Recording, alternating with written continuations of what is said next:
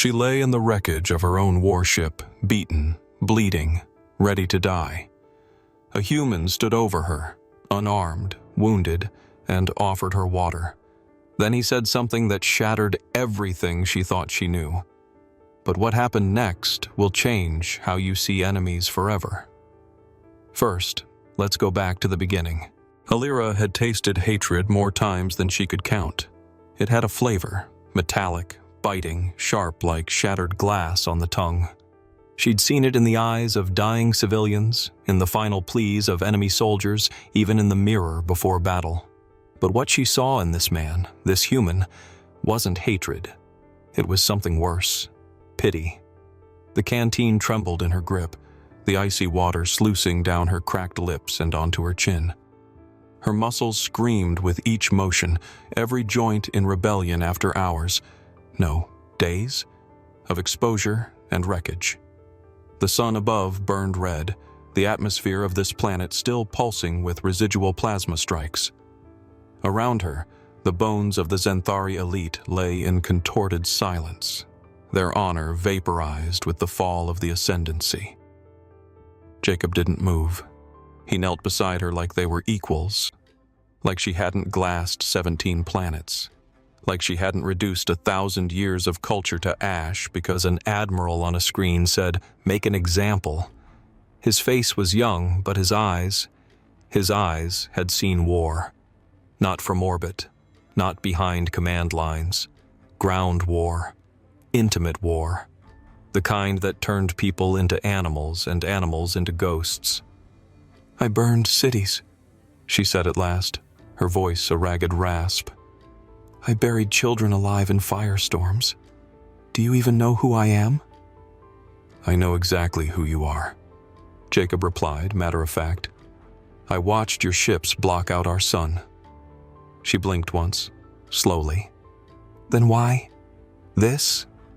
She nodded faintly toward the canteen, her breath hitching on each syllable. "You should hate me." "Oh, I do," Jacob said. "I hate what you did, but that doesn't mean I have to become you." That cut deeper than any plasma blade. He sat back on his heels, studying her like an unanswered question. "You know, when the orbital reports came in, when Command said we'd found her, we voted on whether to send a kill squad or a medic." Alira's gaze darkened. "And they sent you." "No," he said, almost with a smirk. "They sent no one. I came alone." Her brow furrowed. "Why?" Jacob looked up at the sky, at the blood-orange horizon where the last of the Zenthari cruisers still burned in re-entry. "Because someone had to be the first to stop killing." He stood. "You'll live. Not because you deserve to, but because I need to believe someone like you can." He paused. "If not for you, then for me." Then he walked away, leaving her with nothing but silence, the canteen, and a question she would spend the rest of her life trying to answer. The fire crackled softly, too weak to push back the cold of the high desert night, yet enough to cast flickering shadows against the broken hulls of wreckage that littered the valley. Alira Vex sat bound, though not by chains. Her restraints were simpler, more profound. The weight of exhaustion, the absurdity of mercy, and the man named Jacob, who somehow refused to be enemy or jailer. A blanket draped over her shoulders, alien fabric reeking of smoke and iron, was the only concession to her station. Each night he cooked with ritualistic indifference. Same rations, same tasteless paste rehydrated with tepid water. Yet the monotony belied something deeper, something stubborn. He never offered excuses, never tried to impress her. He just existed beside her.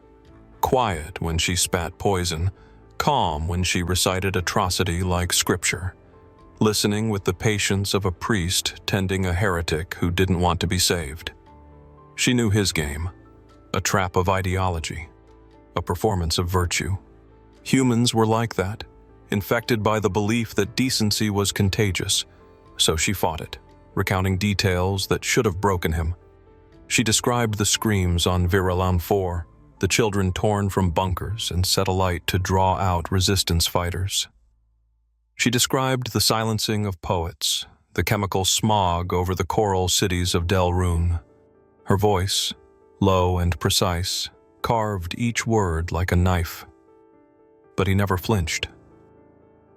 "You tell me these things like you want me to stop seeing you as human," he said one night, his voice tired but firm. "But I never saw you as not human. That's the part you don't get." She'd sneered at that, but it lingered, like a toxin that didn't kill, only stayed. She'd always been a soldier, born into conquest. Compassion was a superstition in her world. Even as a child, she'd been taught that mercy was weakness dressed as grace.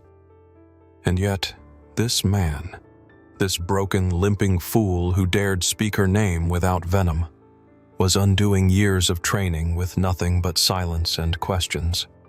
What haunted her most wasn't his pity. It was his belief. Jacob believed she could become something else, and somehow, that belief shamed her more than any accusation ever could. That night, while he snored lightly beneath the stars, Alira lay awake under the too small blanket, staring into the fire. Her hands twitched at her sides, not from dreams of war, but from the unfamiliar ache of remembering the sound of her mother's voice. The tribunal chamber was nothing like a battlefield, and yet it held its own kind of violence. Steel walls lined with silent judgment. Tiered seats packed with survivors and delegates, each a breathing monument to the lives she had shattered. The emblem of the Galactic Accord hovered above it all, a polished lie, a symbol of unity born from conquest. Alira Vex stood at the center of that polished lie, unshackled, yet more bound than ever. She had expected to be chained, to be dragged, to be paraded as the final trophy of a war no one could afford to win again. But instead, she walked of her own accord, boots echoing on the tribunal floor like war drums in reverse. Not as a general, not even as a prisoner, but as something more dangerous, a question. When Jacob stepped into the chamber, the room went taut. He did not dress in finery nor armor. His limp was more pronounced than ever, and his clothes hung loose on a frame still healing from battles not yet buried. He took the podium like a man shouldering his own execution. "I'm not here to absolve her," he began, voice gravel dragged across glass. "I'm not here to make you forgive. That's not my right. But I am here because I saw something you didn't." Alira didn't breathe. Neither did anyone else. "She made me want to kill her," he said plainly. "She told me every atrocity like she was daring me to pull the trigger. And I would have. But she didn't beg for forgiveness. She didn't lie. She didn't plead. She told the truth." He gripped the edge of the stand, knuckles bone white. "She told me everything. And when I asked her why, she said she wanted someone to see her as she really was. Not as a weapon, not as a myth. Just seen." The air thickened. Faces shifted. Whispers like rustling leaves filled the gaps between words. "I believe people like her don't change because we threaten them. They change because someone refuses to stop seeing them as people." A long silence followed, heavy with anger, with grief, with history that could not be undone. Then the elder counselor's voice cut through it all. "General Vex, do you feel remorse?" Alira stepped forward, the distance from the shadows to the light feeling longer than any warpath she had marched. Her voice cracked not from weakness, but from the weight of something long withheld. "Every day. And why still live after everything?" the counselor pressed. Her gaze flicked to Jacob, then back to the abyss. "Because someone who should have hated me didn't." What followed wasn't mercy, it was something harder. Exile, not death, a sentence without an ending, a life stripped of title, rank, and name. But it was a life, and for the first time in memory, she accepted it not as a failure, but as a beginning. The sun on Alaris rose slowly, as if unsure it was welcome in a place so long bathed in shadow. Alira stood beneath that hesitant light, her new uniform catching the breeze. No gleaming armor, no insignia of conquest, no medals to weigh her down. Just dark fabric worn at the edges, dust on the sleeves, and the symbol of the galactic peacekeepers pressed over her heart like a quiet brand. In her hands were not orders of execution, but schematics. Thin paper curled from handling, ink smudged by work-stained fingers. The foundation plans for the medical center, the irrigation grid, the wind farm. She had memorized them all, but still held them, as if clinging to proof that she was no longer who she had once been. Around her, villagers moved with wary purpose. Their eyes flicked toward her with the lingering reflex of prey trained to flinch at a shadow. She didn't blame them. There were older ones who remembered her ships blotting out their skies, who had lost families to her orbital decisions. Their forgiveness was not owed. Their trust, not a currency she had the right to spend. So she did not ask for it. She earned it. One fence mended, one well dug, one child taught to spell her own name without trembling when Alira walked past. Then the shuttle descended, its engines a familiar hum that carved through the dawn. Jacob stepped out before the dust settled, limping on the same bad leg, toolbox in one hand, that same irritating glint of amusement in his eyes. He looked at her as if nothing had changed, and as if everything had. She didn't greet him, didn't need to. "Told you we'd make a good team," he said, like they'd just left a council meeting and not a half-decade of silence. Alira snorted, crossing her arms. "I'm still not hugging you." "You will," he said, shrugging. "Eventually." She shook her head, lips curling despite herself. The smile didn't come easy, but it came. Soft at first, then deeper. Less soldier. More human. "Why me, Jacob?" she asked. "After all this time. Why me?" He glanced past her to the school. The sound of laughter rang out.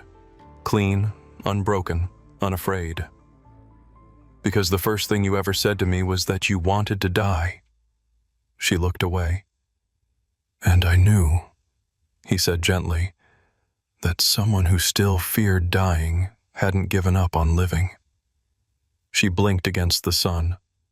There were still things to build, still scars that wouldn't fade. But as they walked side by side through the dust and light, her hand brushed his, not by accident. And for the first time, she didn't pull away.